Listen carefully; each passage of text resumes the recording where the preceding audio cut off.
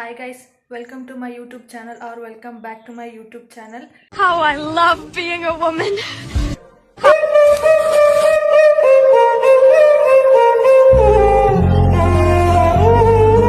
I hope you all doing good. ನಾನು ಕೂಡ ತುಂಬಾ ಚೆನ್ನಾಗಿದ್ದೀನಿ. ಇನ್ನು ಯಾರೆಲ್ಲ ನನ್ನ YouTube ಚಾನಲ್ಗೆ ಸಬ್ಸ್ಕ್ರೈಬ್ ಆಗಿಲ್ಲ ಸೊ ಪ್ಲೀಸ್ ಹೋಗಿ ಬೇಗ ಸಬ್ಸ್ಕ್ರೈಬ್ ಮಾಡ್ಕೊಳ್ಳಿ.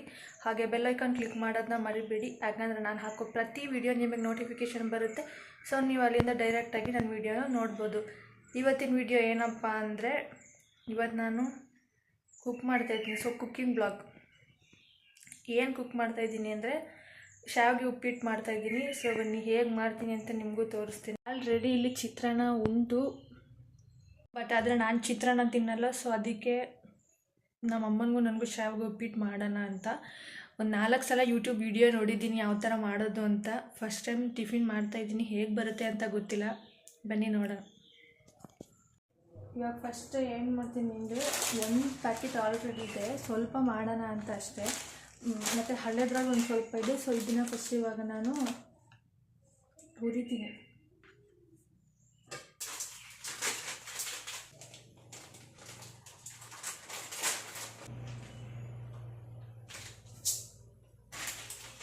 ಏನಾದರೂ ಆಲ್ರೆಡಿ ಫ್ರೈ ಮಾಡಿರೋಂಥ ಶಾವಿಗೆಗಳು ತಗೊಂಡ್ರೆ ಈ ಥರ ಮಾಡಬೇಕು ಅನ್ನೋ ಅವಶ್ಯಕತೆ ಏನಿರಲ್ಲ. ಬಟ್ ನಮ್ಮದು ಮಾಡಿಲ್ಲದೆ ಇರೋದ್ರಿಂದ ನಾವು ಒಂದು ಸಲ ಇಲ್ಲಿ ಮಾಡಬೇಕಾಗುತ್ತೆ. ಸೊ ಇವಾಗ ಹಾಕಿದ್ದೀನಿ, ಅದು ಫ್ರೈ ಮಾಡಬೇಕು. ಇವಾಗ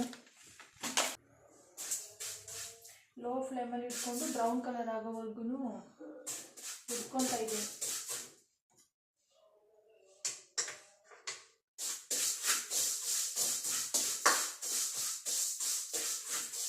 ಲೋ ಫ್ಲೇಮಲ್ಲಿ ಬ್ರೌನ್ ಕಲರ್ ಆಗೋವರೆಗೂ ನಾನು ಈ ಕಡೆ ಟೊಮೆಟೊ, ಈರುಳ್ಳಿ ಮತ್ತು 1-2 ಬೀನ್ಸ್ ತೊಗೊಂಡಿದ್ದೀನಿ. ಸೊ ಅದನ್ನು ಕಟ್ ಮಾಡ್ಕೊತೀನಿ.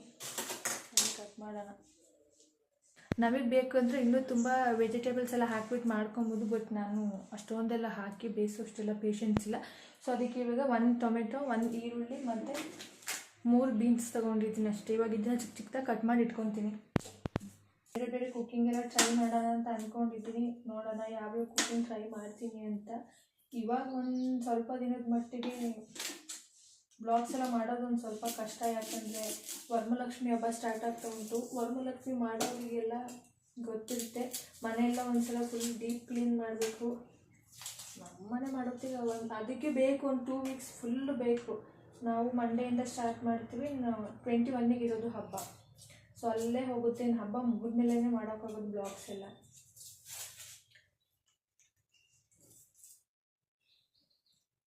ನಮ್ಮನೆ ಓವೆನ್ ಎಲ್ಲ ಸುಮ್ಮನೆ ಬಿಟ್ಕೊಂಡು ಅಲ್ಲಿ, ಅದು ಸುಮ್ಮನೆ ವೇಸ್ಟ್. ಅದು ಅವಸ್ಥೆ ನೋಡಿ ತಂದಿದ್ದು ಒಂದು ದಿನದಿಂದನೂ ಮಾಡೇ ಇಲ್ಲ ಅದನ್ನು.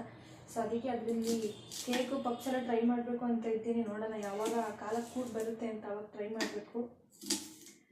ತಂದು 3 ವರ್ಷ ಆಯ್ತಮ್ಮ ತಂದು? 3 ವರ್ಷ ಆಯಿತಾ ಓವೆನ್ ತಂದು? 3 ವರ್ಷ ಆಯ್ತು ಗೈಸ್. ಏನಂದರೆ ಏನೂ ಮಾಡಿಲ್ಲ, ಸುಮ್ಮನೆ ತಂದು ಇಟ್ಟಿರೋದು ಅಷ್ಟೇ. ಅದು ಯಾವಾಗಲೂ ಒಂದ್ಸಲ ನನ್ನ ತಮ್ಮ ಏನೋ ಬಿಸ್ಕೆಟ್ ಮಾಡಿದ್ದೆ ಅಷ್ಟೇ. ಸೊ ಇವಾಗ ಇದಕ್ಕೆ ನಾನು ಆಯಿಲ್ ಹಾಕ್ಕೊತಾ ಇದ್ದೀನಿ.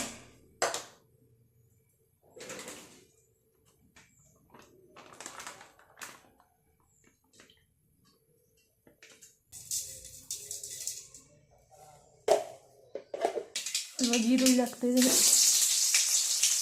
ಈರುಳ್ಳಿ, ಟೊಮೆಟೊ, ಬೀನ್ಸ್.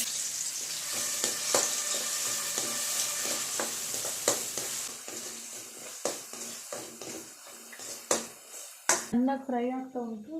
ಸೊ ನಾನು ಬೀನ್ಸ್ ಹಾಕ್ತಾಯಿದ್ದೀನಿ.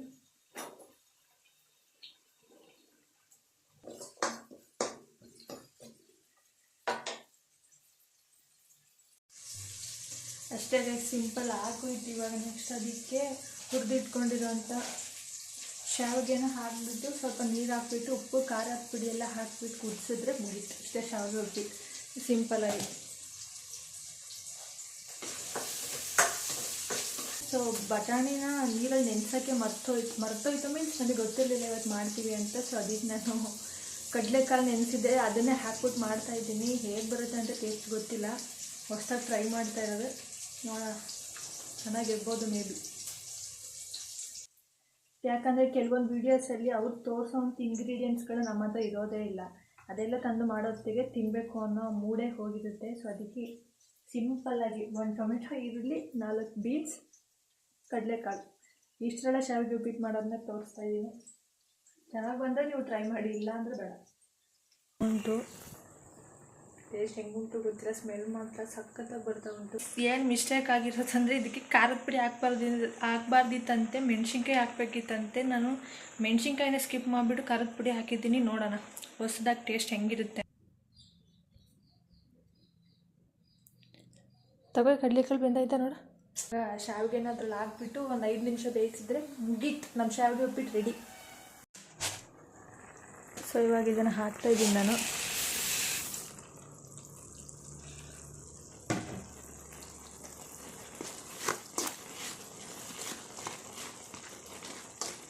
ಇದು ನಾವು ಆಲ್ರೆಡಿ ಫ್ರೈ ಮಾಡ್ಕೊಂಡಿರೋದ್ರಿಂದ ತುಂಬ ಹೊತ್ತು ಬೇಯಿಸ್ಬೇಕು ಅನ್ನೋ ನೆಸೆಸಿಟಿ ಏನಿಲ್ಲ. ಒಂದು 5 ಮಿನಿಟ್ಸ್ ಸಾಕು, ಆಗೋಗುತ್ತೆ. ಫೈನಲಿ ರೆಡಿ ಆಯಿತು ಗೈಸ್ ನಮ್ಮ ಶಾವಿಗೆ ಉಪ್ಪಿಟ್ಟು. ಇವಾಗ ಲಾಸ್ಟಲ್ಲಿ ಒಂದು ಸ್ವಲ್ಪ ಕೊತ್ತಂಬರಿ ಸೊಪ್ಪು ಹಾಕ್ಬಿಟ್ಟು ಡೆಕೋರೇಷನ್ ಮಾಡಿದ್ರೆ ಮುಗೀತು ಗೈಸ್. ಫೈನಲಿ ರೆಡಿ ಆಯಿತು ಶಾವಿಗೆ ಉಪ್ಪಿಟ್ಟು. ಇವಾಗ ತಿನ್ನೋದೊಂದೇ ಬಾಕಿ. ತುಂಬ ಚೆನ್ನಾಗಿ ಬಂದುಂಟು ಅಂತ ನಾನು ಗೆಸ್ ಮಾಡಿದ್ದೀನಿ. ನಮ್ಮಮ್ಮ ಮಾಡ್ಕೊತವ್ರೆ ಗೈಸ್, ಇಲ್ಲಿ ಮಾಡಿರೋದೇ ಕಷ್ಟದಲ್ಲಿ. ಇವಾಗ ಚೆನ್ನಾಗಿ ತಿಂತೀರ ಹಾಕ್ಕೊಂಡು ಮತ್ತೆ ಪುನಃ ಚೆನ್ನಾಗಿಲ್ಲ ಅಂತ ನಾಟಕ ಆಡೋದು. ನೋಡೋಣ, ಹೋಪ್ಫುಲಿ ಚೆನ್ನಾಗಿ ಬಂದುಂಟು ಅಂತ. ಸ್ಮೆಲ್ ಗಮ್ ಅಂತ ಉಂಟು, ಬಟ್ ನೋಡೋಣ ಹೊಸ್ದಾಗಿ ಕಡ್ಡೆಗಳೆಲ್ಲ. ಗೈಸ್ ನಮ್ಮಮ್ಮನಿಗೆ ನಾವಿನ್ನೂ ಸಣ್ಣವರಿರುವಾಗ ಮಿಕ್ಸಿ ಇರಲಿಲ್ಲಂತೆ. ಅದೆಂತ ಬಟ್ಟೆ ವಾಶ್ ಮಾಡ್ತೀವಲ್ಲ ಕಲ್ಲ ಅದ್ರ ಮೇಲೆ ಆಡಿಸ್ಬಿಟ್ಟು ನಮಗೆ ತಿನ್ನಿಸ್ತಾ ಇದ್ದಿದ್ದಂತೆ. ಏನು ತಿನ್ನಿಸ್ತಾ ಇದೆಯಮ್ಮ ಅಂದರೆ ಹೇಳ್ತಾನೆ ಇಲ್ಲ. ಏನು ತಿನ್ನಿಸ್ತಾ ಇದ್ದಮ್ಮ? ಓ ಗೈಸ್, ನನಗೆ ಇವಾಗ ಗ್ರೈಂಡ್ರಲ್ಲಿ ಆಡ್ಸೋಕ್ಕಾಗ್ತಾಯಿಲ್ಲ. ಯಾರು ಅದೆಲ್ಲ ವಾಶ್ ಮಾಡ್ತಾರೆ ಅಂತ. ಆವಾಗ ಬಟ್ಟೆ ವಾಶ್ ಮಾಡೋಕ್ಕಲ್ಲಿ ನಿಮಗೆಲ್ಲ ಗೊತ್ತೋ ಇಲ್ವೋ ಗೊತ್ತಿಲ್ಲ, ಅದರಲ್ಲಿ ಅಕ್ಕಿನ ಆಡಿಸ್ಬಿಟ್ಟು ಅದರಲ್ಲಿ ದೋಸೆ ಮಾಡೋದು ಅಂದರೆ ತಮಾಷೆನ. ಇದೆಲ್ಲ ಆಗಿನ ಕಾಲದ ಸೂಪರ್ ಪವರ್ ವುಮೆನ್ಸ್ಗೆ ಮಾತ್ರ ಮಾಡೋಕ್ಕಾಗೋದು ಅನಿಸುತ್ತೆ. ಇವಾಗೆಲ್ಲ ಕಲ್ಲಲ್ಲೇ ಬಿದ್ದುಂಟು ಅದರಲ್ಲೆಲ್ಲ. ಗೈಸ್ ಫೈನಲಿ ಇವಾಗ ತಿಂತಾಯಿದ್ದೀವಿ. ಹೆಂಗುಂಟು?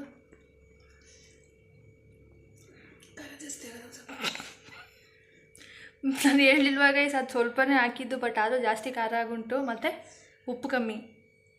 ಉಪ್ಪು ಕಮ್ಮಿ ಖಾರ ಜಾಸ್ತಿ ಅಷ್ಟೇ, ಬೇರೆಲ್ಲ ಚೆನ್ನಾಗುಂಟು ಗೈಸ್. ನಾನು ಇವಾಗ ತಿಂದ್ಬಿಟ್ಟು ನೋಡ್ತಾ ಇದ್ದೆ, ಎಲ್ಲ ಕರೆಕ್ಟಾಗಿ ಉಂಟು. ಆ ಲೆವೆಲ್ಗೇನು ಖಾರ ಏನಾಗಿಲ್ಲ. ಬಟ್ ನಮ್ಮ ಅಮ್ಮಕ್ಕೆ ಹುಷಾರಿಲ್ಲ, ಅದಕ್ಕೆ ಉಪ್ಪು ಕಮ್ಮಿ ಖಾರ ಜಾಸ್ತಿ ಅಂತ ಆಗ್ತಾಯಿರೋದು. ನಮ್ಮ ಈ ಥರ ಮಾಡ್ಕೊಂಡು ತಿಂತವ್ರೆ. ಆ ಥರ ಏನಿಲ್ಲ, ಕರೆಕ್ಟಾಗಿ ಉಂಟು ಎಲ್ಲ. ನೀವೊಂದ್ಸಲ ಟ್ರೈ ಮಾಡಿ ನೋಡಿ ಬೇಕಿದ್ರೆ. ಬಟಾಣಿ ಮೊದಲು ಕಡಲೆಕಾಳು, ಮೆಣಸಿನ್ಕಾಯಿ ಮೊದಲು ಖಾರದ ಪುಡಿ. ಈ ವಿಡಿಯೋನ ಇಲ್ಲಿಗೆ ಎಂಡ್ ಮಾಡ್ತಾ ಇದ್ದೀನಿ. ಐ ಹೋಪ್ ನಿಮಗೆಲ್ಲ ಈ ವಿಡಿಯೋ ಇಷ್ಟ ಆಗುಂಟು ಅಂತ. ಇಷ್ಟ ಆಗಿದ್ರೆ ಲೈಕ್ ಮಾಡಿ, ಶೇರ್ ಮಾಡಿ, ಕಮೆಂಟ್ ಮಾಡಿ, ಹಾಗೆ ಸಬ್ಸ್ಕ್ರೈಬ್ ಮಾಡ್ಕೊಳ್ಳಿ. ಮುಂದಿನ ವಿಡಿಯೋದಲ್ಲಿ ಸಿಗ್ತೀನಿ. ಬಾಯ್ ಬಾಯ್.